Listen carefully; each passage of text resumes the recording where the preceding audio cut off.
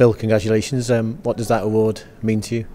It means the world. It's a great award to have. I mean, it's unexpected, to be honest, but I mean, it'll take pride of place in the house, I think. In terms of, as a team, with the New Saints, you've won so many trophies over the years, you've had so many great experiences, but I suppose it is great as well sometimes to get that individual recognition. Yeah, I mean, without the team I wouldn't be getting this recognition, obviously, but it's a nice achievement to have, and I will be going back and thanking the lads as well.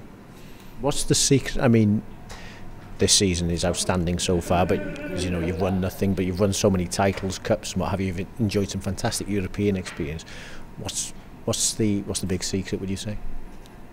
Just the togetherness of the lads. I mean, they all want to achieve the highest standards. I mean, the only thing we haven't done so far is gone unbeaten all season. That's the next aim for the lads, which we're on track so far. I think we've gone 15 unbeaten so far in the league, so I think that's the next aim, to try and better ourselves each year. And you mentioned there the highlight of your career. I'm not surprised at what you said, but if you just remind us.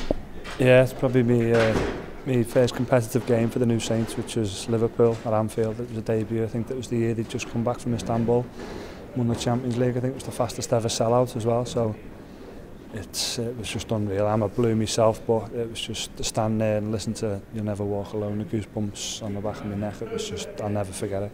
And if I remember correctly, you were only 1-0 down with about 10 minutes to go, and they scored 2 late goals.